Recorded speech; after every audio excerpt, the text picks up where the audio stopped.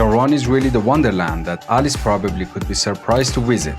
The first empire on earth, which is now the absolute military power in Middle East, striving to find its way into world powers, with a robust mixture of nationalism and religion shaping a unique identity, but at the same time facing serious difficulties inside the country. These days, there are too much contradictions and simultaneously pure emotions among Iranians, both inside and outside the country, especially in the Qatar Football World Cup 2022. I'm not going to talk about the World Cup in Qatar, football, the sense of nationalism, and even protests in Iran. This episode rather is focused on the power of mass media and how it can affect individuals' feelings to the level of cheering your opponent for defeating you. News bombardment is what I call this policy. Nowadays, news and social media are more powerful than any warfare, and their priority is to feed your lies instead of the truth. Hello everyone, I'm Shafi and welcome to the new episode of Polit Affairs. Yesterday I had a really interesting experience that I want to share it with you. I made a short video about the Persian famine that is a really underestimated historical fact, and surprisingly this platform restricted this video and I had to remove it. So I guess some people just don't want bitter, unheard historical realities to be heard. Let's start our today's story from social media in Iran. For Iranians, football have always been the main sport. Football is one of the few joys they have. I don't exaggerate if I say football in Iran society is as important as England or Italy. And Iran's national football team, which is known as the team Melli, stood against England in its first World Cup match in Qatar. Usually football is not supposed to be political, but look at the group they have, England and United States. And here the role of media starts to show up. When some of my Iranian friends, are you serious? Unfortunately, yes, Iranians are known for their great sense of nationalism. You can't possibly find any other nation in the West of Asia with such a powerful national identity. And yet, some of them were hoping for England to win against their own national team. Where does it come from? Let's have a look. Some Farsi channels based in London, especially Iran International, which is financially supported by Saudi Arabia, started a campaign more than a month before the World Cup saying that members of Team Melli should raise their voices against the government when people are demonstrating on the streets. Actually, some of these football players expressed their sympathy for protesters, but no, that was not enough from London's perspective. So they started to say these players must boycott the World Cup, and if they don't, it means that they're not the national team anymore, rather the government's team. They knew it's not gonna happen, but there was another result they were seeking.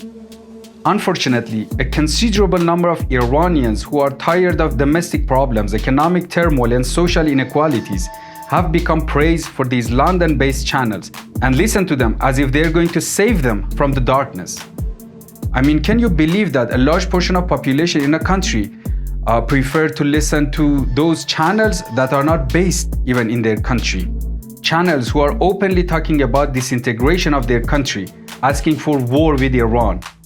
When there is no independent and free media inside the country, this is what happens. So Iran's team Melli faced England team in their first match of the World Cup 2022 in Qatar. While players refused to sing the national anthem, believing it's not national but for the government, Iran's captain spoke out for the protesters inside the country, expressing condolences to those who have lost their lives so far. But for London, it was not enough. Iranian fans in the stadium screamed slogans against their own players from the first moment of the match till the end, calling them dishonorable players who have no dignity. And the result was what London was trying to achieve. Iran's team Melli lost 6-2.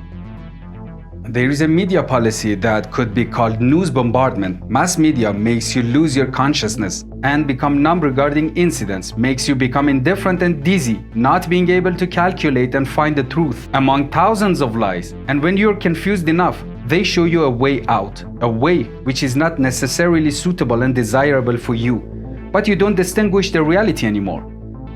What I said about incidents of the Iran and England match was one example of this policy. Football is a team sport. Inside a team of 20 plus players called up for the World Cup, there could be diverse individual views on political issues, but when it comes to playing in World Cup, it doesn't matter.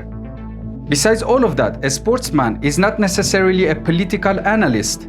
I have to ask those Iranians who were chanting against their own team during the match, have you left your own jobs in recent 2 months of protests? Have you deprived yourself from all social activities and totally dedicated to the cause? I'm afraid not. So how you expect football players not to play in World Cup, which is a dream for every player in the world? Anyway, Iran's team Melli won in their second match against Wales by 2 dramatic goals, and now they can hope for defeating United States to reach the next stage. But England got what it wanted, a solid win against a team which was crushed mentally and emotionally by its own fans. Team Melli, which is known around the globe as Team Melli, is a sign, a small part of Iran's integrative identity, and it was attacked for a reason, to weaken this identity. When you become a puppet of media to stand against your own national team, you'll soon become ready to stand against integration of your country. This is the course we have seen from media in recent 2 months. I mean, young generation are truly asking for their rights, and here foreign media portrays some kind of anti-Iranian movements. People are protesting because they love their country and want it to progress. But media show it to the world as they are acting against their country. And who is here claiming to bring freedom and prosperity to Iran? A media founded by a government which is by no means free or democratic, Saudi Arabia. So this is not even a puzzle, everything is clear as daylight. That prosperity and happiness does not come to Iran by support of an utterly oppressive government. This doesn't have to do anything with the current government in Iran. This is Iran which is under huge media bombardment. This policy is so effective that many people in Iran are still dizzy. After their win against Wales, I heard from my Iranian friends paradoxical opinions and feelings. They were like, no, we don't want to support this team, but still, we were happy for their win and we hope to see them in the next stage, but no, we don't like them.